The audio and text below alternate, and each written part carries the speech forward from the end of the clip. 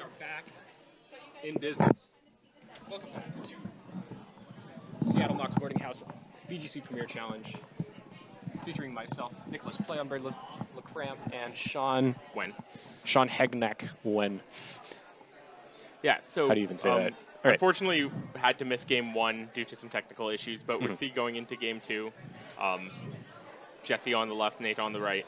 Yep. And we saw near the end of that that Nate opted to bring both his Grimmsnarl and his Mudsdale against Jesse's last two Pokemon of Excadrill and Milotic. Yeah, so my guess is it was probably Grimmsnarl lead, set up screens, set up or like an offensive defense, make the partner Pokemon for Grimmsnarl. We saw, me and Sean saw Mudsdale at the end there, but really make it hard for Jesse to start taking knockouts against that team, and we will have to see if Jesse has an answer for that starting here in game two. Yeah. And coming right in, we see Nate once again bringing the Grimmsnarl, and alongside the Galarian Darmanitan, Jesse also bringing his Grimmsnarl alongside Milotic. So pretty similar leads with some interesting choices in here. It's really funny to see parallel Grimmsnarl leads because most of these Grimmsnarls do sort of the same thing. They like to hold the Light Clay item with their ability Prankster, and they'll set up Reflect or Light Screen and just sort of hang out and make it very hard for the opponent to do a lot of damage. But here it's like they're both just going to set up screens in front of each other, and nobody's really going to get a big advantage out of it. So I want to know when these players are going to taunt dark types, which you can't do. Unfortunately, which player was that? Jesse's Grimmsnarl going for a taunt on Nate's Grimmsnarl to try to prevent the light screen and Reflect from going up. Unfortunately, doesn't work due to the Prankster ability not making it so that Jesse can't target dark types with his Grimmsnarl. Yep. A little unfortunate there, but other than that, not a huge loss on the turn. Grimmsnarl is going to take some damage from that U-turn. Milotic gets a Scald onto Rotom. No burn. A little chip there. And the game will proceed. So Jesse a little behind here. Nate with Rotom on the field is more than happy to just click Thunderbolt on that Milotic or Leaf Storm maybe. But I wouldn't be surprised to see I wouldn't be surprised to see Milotic just sort of hang out here for a while, go and try for more like Scald Birds or maybe like an Ice Beam on that Rotom Mo. And the Thunderbolt actually going into Grimmsnarl, just trying to get rid of this setup threat on the field. While Jesse does opt for an Ice Beam, going to do a good amount of damage to Rotom, but not quite to the KO. But the freeze is going to end up being a really big deal for Nate. Yeah. Probably going to have to change his whole plan around with this Rotom no longer being able to take actions. Yep. Some Pokemon can actively thaw themselves out of being frozen with Fire-type moves, but I don't believe Rotom's Will-O-Wisp is one of them. So we are very likely going to see this Rotom just switch out immediately. Jesse also taking the opportunity to swap out his Milotic, bring in Arcanine. Intimidate not going to do much against this field, but does potentially prepare him to deal with some other Pokemon from Nate if he swaps, for example, back into the Darmanitan. Absolutely. Out of the Pokemon we've seen from Nate so far, Rotom-Mow, Darmanitan, Galar, and Grimmsnarl, none of these Pokemon are super well equipped to take on an Arcanine. Nate going to Dynamax his Rotom. Maybe he knows something we don't, but otherwise this Rotom is just going to be a little cold out on the field. Unfortunately, Nate will also forget. Or, no, was that Jesse again? No, Jesse is also not going to Thunder Wave into the Grimmsnarl. Perhaps expecting a switch after seeing that other. That's true. No. And Rotom's just that turn, overall, not much happening. A bit of a wash. Arcanine getting paralyzed might end up being relevant a bit going into it. But Jesse still probably being in a happy position. Yeah, we'll have to see if especially those like full paralyses end up mattering in the long run. And yeah, Nate will pull the trigger, switch out the Grimmsnarl. It's done enough work here with Reflect and Light Screen and Thunder Wave. And he just wants to get more offensive presence on the field with Mudsdale. And the full para from the Arcanine going to be a bit unfortunate. Lots of options there to get a bit of extra damage in, Mhm. kind of negated. Um, while Nate's Rotom still just sits frozen Yep. with the Dynamax. Paralysis is, of course, a very powerful status of condition. We saw a whole lot of that back in 2015, 2016, thanks to Thunderous, the previous good Thunderwave user, and now we might be seeing a whole lot of Thunderwave this year if Grimmsnarl is also good as well. There were some changes to Paralysis as a status condition since then. Paralysis now halves your speed instead of quartering it, and you are now only a third. No, you're a quarter instead of a third to be fully paralyzed. Yep.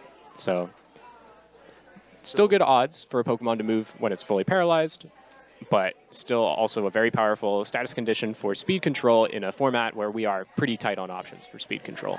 Yep, definitely. And now Dynamax wears off for Nate. Him not really getting much out of that other than keeping the Rotom alive. Yeah. Gotta wonder what his end game is that makes this Rotom so valuable Yeah. that it's worth using that Dynamax on. I almost wonder if he maybe would have been better off just switching Rotom out into Galarian Darmanitan in the back there, even if it's just going to click U-turn to get away from the Arcanine. At least it's doing something. And For sure. Dynamax, Jesse of now course. using his Dynamax of his own with his Milotic. Also took a bit of damage before. Both of these players using it, maybe not for as much health as they wanted, but this giving him some good options. As Rotom Leaf Storm thaws. It's free. does a lot to Milotic. Probably would have KO'd without that Dynamax. That's true. But instead triggering a berry. This will be a Citrus Berry. Heals back a little bit of Milotic's health. Doesn't get the full quarter because it's in Dynamax form, of course. You still only get the health based on your original form, but a little health goes a long way.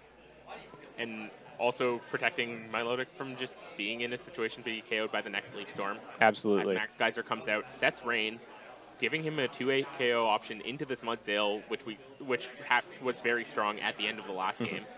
Grimmsnarl is continuing to use False Surrender. Not doing a whole lot of damage, but it will eventually be knocked out by this Mudsdale's high horsepower and to clear the way for Jesse to bring in a more powerful offensive threat and try to clean this game up. What do you think we'll be seeing here? Well, so from Jesse's side, we've seen the Arcanine before. I also expect all of the other three seem like pretty good options, but we do see him bringing in the Arcanine again. Intimidate does help against this Mudsdale a bit, and it also just is a pretty good threat to make the Rotom think twice about staying in. Yeah. No, I think Jesse is definitely more than happy to bring in Arcanine now that Mudsdale, which was sort of Nate's big answer to Arcanine here, is under half health and at threat of being knocked out by the next water move from Melodic. So Arcanine should have free reign to be happy and healthy to start taking damage on Rotom, Darmanitan, and yeah. Another Leaf Storm. Missing a Leaf Storm. Yep. Gonna be a big deal, letting this Milotic go for another Max Geyser into this Mudsdale. Yep. Not quite KOing because of the Protect, but gonna put it a long way. At that -2 special attack, that Leaf Storm probably wouldn't have done a whole lot of damage, but as all Pokemon moves do, it would have come with the chance for a critical hit, and that definitely would have knocked out Milotic and changed this game. So, a bit of a tragic miss there for Nate. Clear Blitz then able to clean up the Rotom from Nate. Possibly giving him the free switch he's been waiting for, because the Darmanitan doesn't really like switching into any of these moves, even if it's even if it doesn't hit super effectively by Milotic itself. Yeah, Darmanitan's still a fairly frail Pokemon. It's got very high offensive stats. It's going to hit very hard, go pretty fast, but its bulk is pretty lacking. Nate instead opting to bring in his Grimmsnarl, try and slow the game down even a bit more. Possibly just wait out the rest of the last turn of Dynamax before making another play. Yeah. As Arcanine protects itself, Grimmsnarl gets the Thunder Wave off, paralyzing another of Jesse's threats, giving him just even more speed control. As Mudsdale, high horsepower is not going to do a huge amount, but Milotic being full paralyzed is going to stop it, keep that Mudsdale alive for one more turn. Yeah, this is... I mean, it's a scary spot for Jesse, right? Even though these Pokemon look like they're in a good position, there is now the chance that he will just be fully paralyzed for the rest of the game, or fully paralyzed on critical turns where he needs to be picking up important damage on, like, Galarian Darmanitan. So these full paralyses, they might not look like a whole lot immediately, but they could just kick the legs out from under Jesse at the worst possible time. Jesse going for the extreme speed, hoping for a bit more chip on that Mudsdale. But the stamina defense boost doing a lot, Yeah. keeping it alive, as Mudsdale is now able to restore its health with an Agua Berry, which confuses it. That's tragic. The Figgy Ayapapa Wiki Aguav, what's the M1? Mago berries all have the same effect.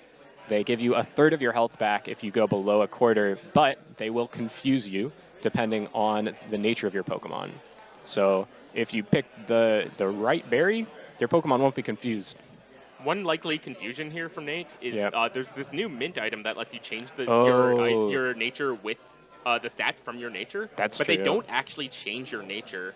So Nate likely picking a berry that works with the intended nature of Mudsdale, but not the original nature of Mudsdale, is a very likely cause of self-confusion. Yeah, that's pretty unfortunate, and it's going to put Nate in a tricky spot here. That Mudsdale with a bunch of defense boosts would have been in a great spot against this Excadrill and this Arcanine, but if it's confused and it hits itself, it's not going to make very much use of those defense boosts. Jesse kind of hoping for this as he goes for the Iron Head into the Grimmsnarl. Basically leaving this Mudsdale to do whatever it wants. Potentially hoping just through a confusion hit, as it does. Oops. Mudsdale not doing a whole lot of damage to itself because of all of those defense boosts.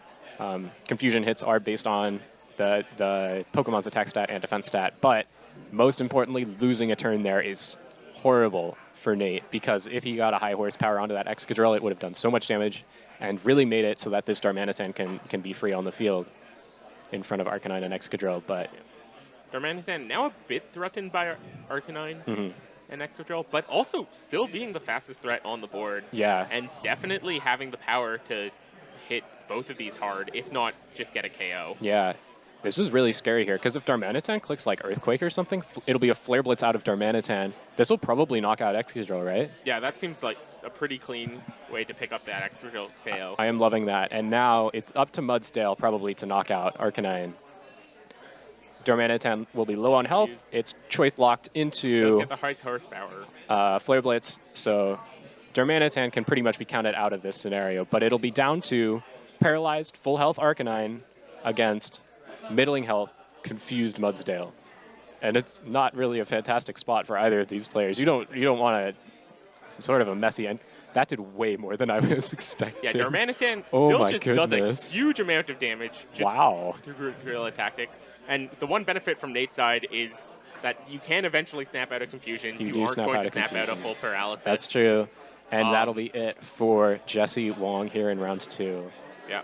Nate taking the set 2-0, playing very efficiently with his Grimmsnarl, making sure to switch it out when its purpose was done to bring in Mudsdale. Fought through that freeze on Rotom, saw the line, said, I'm just going to leave Rotom on the field until it thaws out, and it's going to work out for me, because Jesse's going to be too busy focusing on something else.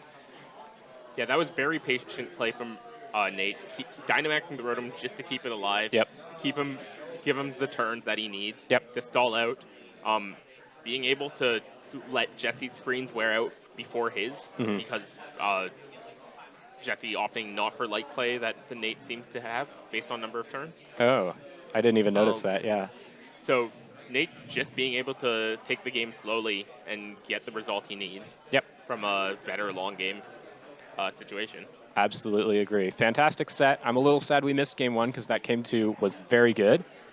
But that'll be it for this round here at Mock Sporting House Seattle.